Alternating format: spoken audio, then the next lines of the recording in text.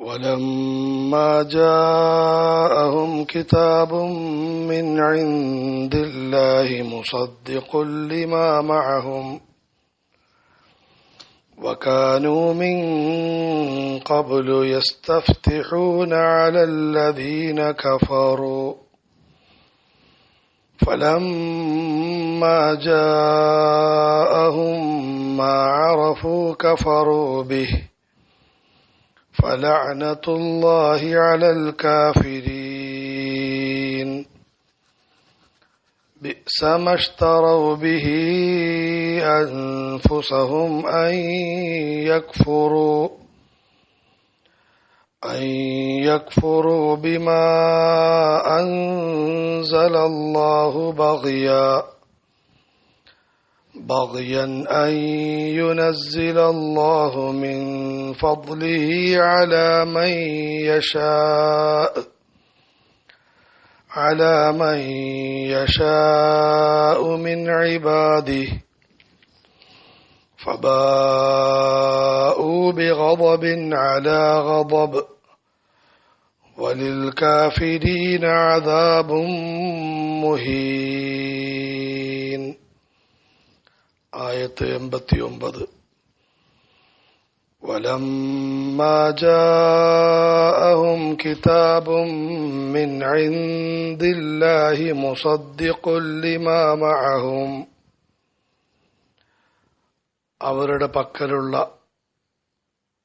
ഗ്രന്ഥത്തെ ശരിവെക്കുന്ന ഒരു ഗ്രന്ഥം അല്ലാഹുവിന്റെ ഭാഗത്തു നിന്നും അവരുടെ അരികിൽ വന്നെത്തിയപ്പോൾ وكانوا من قبل يستفتحون على الذين كفروا അവർ ഇതിനു മുമ്പ് നിഷേധികൾക്കെതിരിൽ സഹായമരക്കുകയും ചെയ്തിരുന്നു. فلما جاءهم ما عرفوا كفروا به എന്നാൽ അവർ ഗ്രഹിച്ച കാര്യം അവരുടെ പക്കലെത്തിയപ്പോൾ അവർ അതിനെ നിഷേധിച്ചു കളഞ്ഞു. ഫലഅനതുല്ലാഹി അലൽ കാഫിരീൻ അപ്പോൾ അല്ലാഹുവിന്റെ ശാപം നിഷേധികരുടെ മേൽ വർഷിക്കുന്നതാണ്. بئس ما اشتروا به أنفسهم أن يكفروا بما أنزل الله അവർ അവരുടെ ശരീരത്തെ വിറ്റ് തെരഞ്ഞെടുത്ത കാര്യം മഹാമോശമായി പോയി. أن يكفروا بما أنزل الله അതായത് അല്ലാഹു അവതരിപ്പിച്ചതിനെ അവർ നിഷേധിക്കൽ.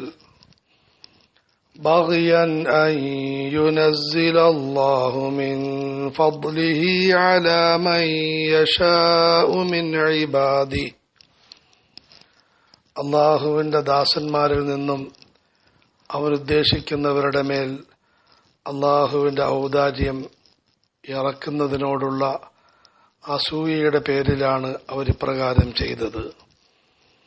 ഫബാഉ ബിഗദബിൻ അലാ ഗദബ് അങ്ങനെ അവർ കോപത്തിന്റെ മേൽ കോപം സമ്പാദിച്ചു. വലിൽ കാഫിരീന അദാബും മുഹീൻ നിഷേധികൾക്ക് നിന്ദ്യമായ ശിക്ഷയുണ്ട്. അല്ലാഹു ഈ ആയത്തുകളിലൂടെ യഹൂദി പണ്ഡിതരുടെയും കാര്യം ഗ്രഹിച്ച പൊതുജനങ്ങളുടെയും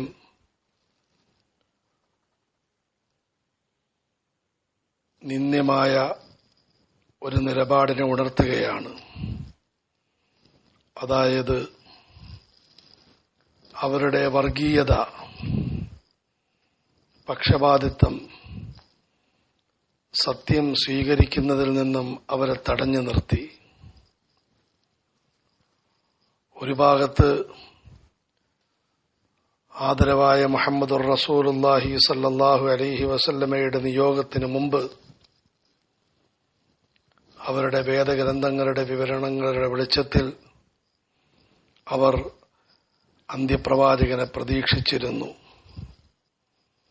പ്രത്യേകിച്ചും ശത്രുക്കളുമായി പ്രശ്നമുണ്ടാകുമ്പോൾ അന്ത്യപ്രവാചകൻ അടുത്ത് തന്നെ വരുന്നതാണെന്നും അദ്ദേഹത്തിന്റെ പിന്നിൽ അണിനിരന്ന് ഞങ്ങൾ നിങ്ങളെ പരാജയപ്പെടുത്തുമെന്നും അവർ ഉണർത്തുകയും ആ പ്രവാചകന്റെ വരവിനെ പ്രതീക്ഷിക്കുക മാത്രമല്ല അതിനുവേണ്ടി അവർ പ്രാർത്ഥിക്കുകയും ചെയ്തിരുന്നു. വലമ്മാ ജാഅഹും കിതാബും മിൻ ഇൻദില്ലാഹ് മുസദ്ദിഖുൽ ലിമാ മഅഹും, മറുഭാഗത്ത് പടച്ചവന്റെ ഭാഗത്തു നിന്നും അതിമഹത്തായ സന്ദേശവും വഹിച്ചുകൊണ്ട് അവരുടെ ഗ്രന്ഥങ്ങളിലുള്ള കാര്യങ്ങളെ ശരിവെച്ചുകൊണ്ടും അതിന്റെ പുലർച്ചയായും മുഹമ്മദുർ റസൂലുള്ളാഹി സല്ലല്ലാഹു അലൈഹി വസല്ലം വന്നപ്പോൾ വകാനൂ മിൻ ഖബ്ലു യസ്തഫ്തിഹൂന അലല്ലദീന കഫറൂ ഫലമ്മാ ജാഅഹും മാ അറഫൂ കഫറൂ ബിഹി, ഏറ്റവും കൂടുതൽ പ്രവാചകനെ അംഗീകരിക്കുകയും മുന്നിട്ട് നിന്ന് മാതൃക കാട്ടുകയും ചെയ്യേണ്ടിയിരുന്ന അവർ റസൂലുള്ളാഹി സല്ലല്ലാഹു അലൈഹി വസല്ലമയെ നിഷേധിക്കുക മാത്രമല്ല എതിർക്കാനും തകർക്കാനുമുള്ള പരിശ്രമങ്ങളുമായി രംഗത്തിറങ്ങി. ഒരിക്കൽ അവരുടെ വിഭാഗത്തിൽപ്പെട്ടിരുന്ന പിന്നീട് ഇസ്ലാമിലേക്ക് കടന്നു വന്ന ആദരവായ റസൂലുള്ളാഹി സല്ലല്ലാഹു അലൈഹി വസല്ലമയുടെ പത്നി കൂടിയായ സഫിയ റളിയല്ലാഹു തആല അൻഹ വിവരിക്കുന്നു, എന്റെ പിതാവ് യഹൂദി ഗോത്രമായ ബനു നളീറിന്റെ നേതാവും വലിയ പണ്ഡിതനുമായിരുന്നു. എന്റെ പിതൃവ്യനും നേതാവും പണ്ഡിതനുമായിരുന്നു. റസൂലുള്ളാഹി സ്വല്ലല്ലാഹു അലൈഹി വസല്ലം മദീനയിൽ വന്നപ്പോൾ എന്റെ പിതാവും പിതൃവ്യനും റസൂലുള്ളാഹി സ്വല്ലല്ലാഹു അലൈഹി വസല്ലമയെ കാണാൻ പോയി. തുടർന്നവർ വീട്ടിൽ വന്നിരുന്ന് ഇപ്രകാരം സംസാരിച്ചു. പിതൃവ്യൻ പറഞ്ഞു, നമ്മുടെ ഗ്രന്ഥങ്ങളിൽ പറയുന്ന അതേ വ്യക്തി തന്നെയാണ്. പിതാവും പറഞ്ഞു, അതെ, അല്ലാഹുവൽ സത്യം, അതേ വ്യക്തി തന്നെയാണ്. പിതൃവ്യൻ പറഞ്ഞു, താങ്കൾക്ക് പരിപൂർണമായ ഉറപ്പുണ്ടോ? പിതാവ് അറിയിച്ചു, അതെ, പൂർണ്ണ ഉറപ്പാണ്. പിതൃവ്യൻ ചോദിച്ചു, എന്നാൽ എന്താണ് തീരുമാനം? പിതാവ് പറഞ്ഞു, ജീവനുള്ള കാലത്തോളം അദ്ദേഹത്തിനെ എതിർക്കുന്നതാണ്.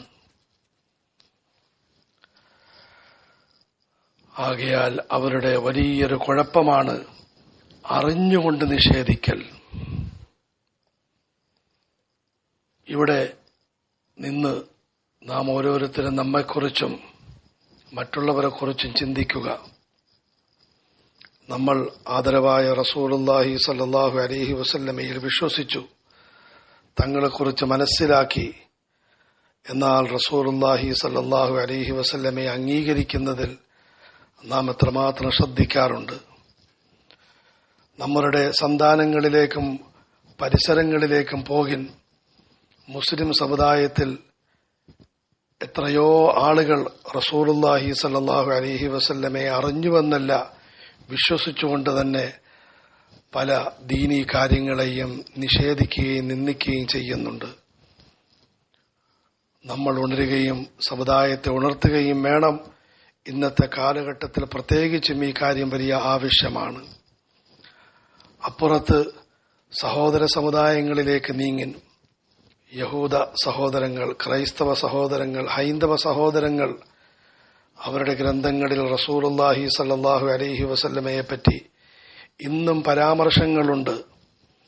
അതിനെ അവർക്ക് അറിയിച്ചു കൊടുക്കുന്നതിൽ നാം എത്രമാത്രം ശ്രദ്ധിക്കുന്നുണ്ട്.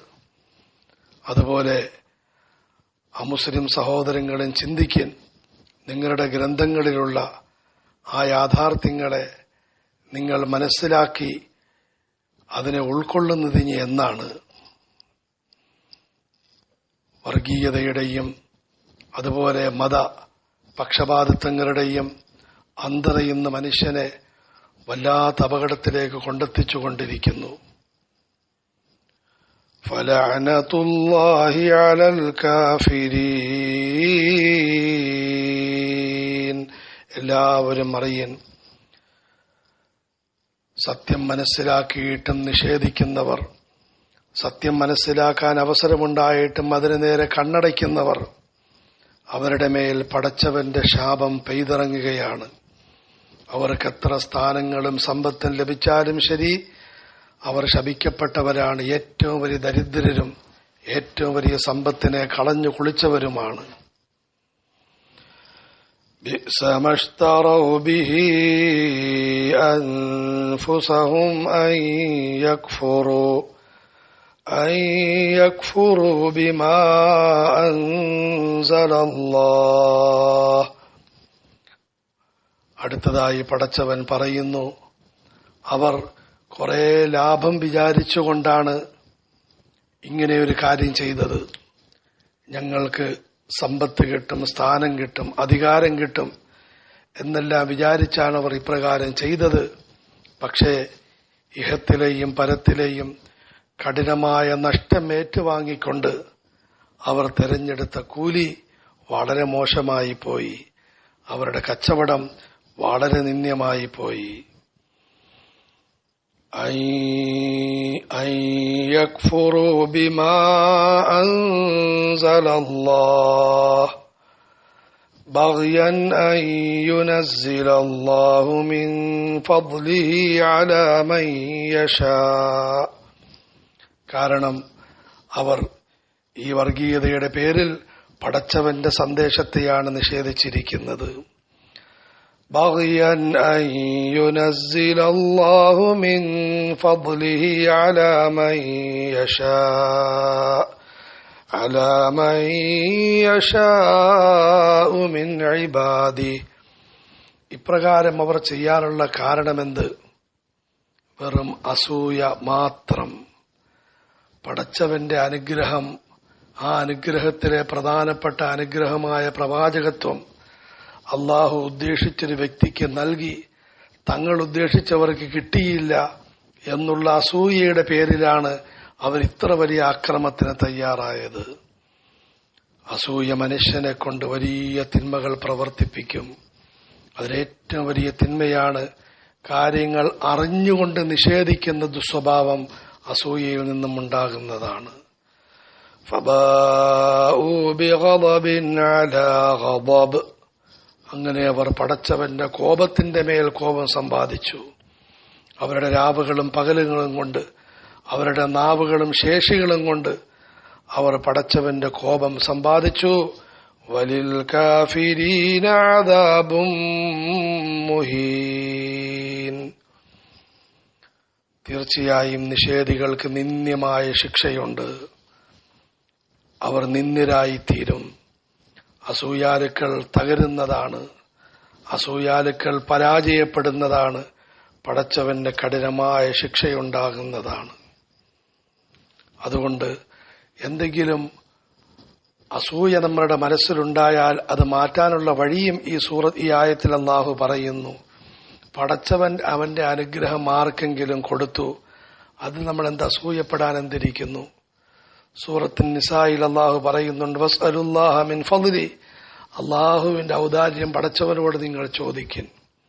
അല്ലാഹു ഈ ദുസ്വഭാവങ്ങളിൽ നിന്നും അറിഞ്ഞുകൊണ്ടുള്ള നിഷേധം, അതുപോലെ അസൂയയെ തൊട്ടും നാം എല്ലാവരെയും കാത്തുരക്ഷിക്കുമാറാകട്ടെ.